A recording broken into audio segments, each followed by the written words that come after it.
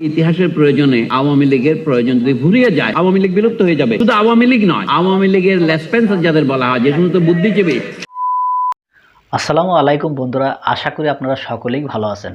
তো আজকে যে বিষয়টা নিয়ে আপনাদের মাঝে হাজির হই সেটি হচ্ছে, আপনারা সকলেই জানেন যে শেখ হাসিনা তিনি পালিয়ে গেছেন। তো আওয়ামী লীগ দল একটা ধ্বজভঙ্গ হয়ে গেছে, বর্তমান তাদের কোনো অস্তিত্ব এখন সংকটে আছে। তো এই বিষয়টা নিয়ে ডক্টর সলিমুল্লাহ তিনি কিছু কথা বলেছে যে এই আওয়ামী লীগ একদিন বিলুপ্ত হয়ে যাবে, এদের নিশানা চিহ্ন কোনো কিছুই থাকবে না এবং তাদের সাথে যারা জড়িত আছে তাদের কঠিন বিচার করা উচিত। তো চলুন আমরা তার মুখ থেকে সে কথাগুলো একটু শুনি। ইতিহাসের প্রয়োজনে আওয়ামী লীগের প্রয়োজন যদি ভুলিয়ে যায়, আওয়ামী লীগ বিলুপ্ত হয়ে যাবে। শুধু আওয়ামী লীগ নয়, আওয়ামী লীগের লেসপেন্সার যাদের বলা হয়, যে সমস্ত বুদ্ধিজীবী, সাংবাদিক এবং শিক্ষক জড়িত ছিল, সেটা যদি আমিও হই, সবারই বিচার হওয়া উচিত। যে বুদ্ধিজীবীরা আগে পাকিস্তানি ছিলেন তারা ঠেলায় পড়ে এখন বাঙালি হয়েছেন। বাংলাদেশ যখন স্বাধীন হলো, কলকাতা থেকে যারা ফিরে এলেন তাদের মধ্যে ছিলেন আহমদ ছফা। উনি একটা বই লিখলেন, মানে পত্রিকায় উনি 17টা কলাম লিখেছিলেন, সেগুলোর নাম হলো বুদ্ধিবৃত্তির নতুন বিন্যাস। তাতে তিনি বলছিলেন, আমরা এমন এক সময়ে বাস করছি যখন আমাদের রক্ত দিয়ে চিন্তা করতে হচ্ছে। তারপরে তিনি বললেন, বুদ্ধিজীবীরা যা বলতেন শুনলে বাংলাদেশ স্বাধীন হতো না, আর এখন যা বলছেন শুনলে বাংলাদেশের সমাজ কাঠামোর আমূল পরিবর্তন হবে না। এটা প্রথম বাক্য। এখন এই 53 বছর পর আমরা দেখি আহমদ ছফার কথা সত্য ছিল। তাহলে আমাদের ত্রুটিটা ছিল কোথায়? যে বুদ্ধিজীবীরা আগে পাকিস্তানি ছিলেন তারা ঠেলায় পড়ে এখন বাঙালি হয়েছেন। তারা মিথ্যা বাঙালি জাতীয়তাবাদ ইত্যাদি কথা বলে নিজেদের আখের গুছিয়েছেন, সেটার বিচার হয় নাই। ওই বুদ্ধিজীবীদের বিচার হওয়া উচিত ছিল। এবং এখনো আমি বলছি, এই মূলনীতিটা আমাদের অনুসরণ করতে হবে। আওয়ামী লীগ একটা ঐতিহ্যবাহী দল, এটা আওয়ামী মুসলিম লীগ ছিল, এটা আওয়ামী মুসলিম লীগ থেকে আওয়ামী লীগ হয়েছে।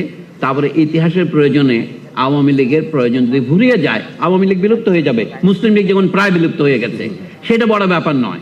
আমাদের কথা হচ্ছে হত্যাকাণ্ডের সাথে শুধু নয়, শোষণের সাথে এই যে জনগণের মত প্রকাশের অধিকার দমনের ক্ষেত্রে শুধু আওয়ামী লীগ নয়, আওয়ামী লীগের লেসপেন্সার যাদের বলা হয়, যে সমস্ত বুদ্ধিজীবী, সাংবাদিক এবং শিক্ষক জড়িত ছিল, সেটা যদি আমিও হই, সবারই বিচার হওয়া উচিত।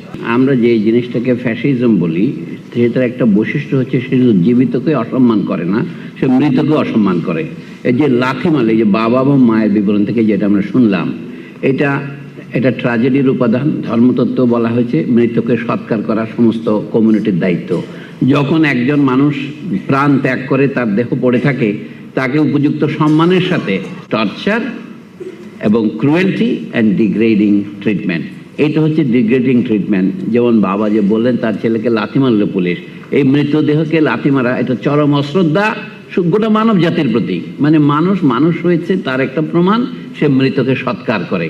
আমাদের ইসলামী ধর্মের বিধানে হচ্ছে এটা ফরজে কেফায়া। আপনার নামাজ পড়া, জাকাত দেওয়া, আপনার রোজা রাখা আপনার ফরজে আইন, যেটা আপনাকেই করতে হবে। কিন্তু যেটা কমিউনিটির পক্ষ থেকে যদি কেউ না করে, তাহলে সকলেই দায়ী হবে।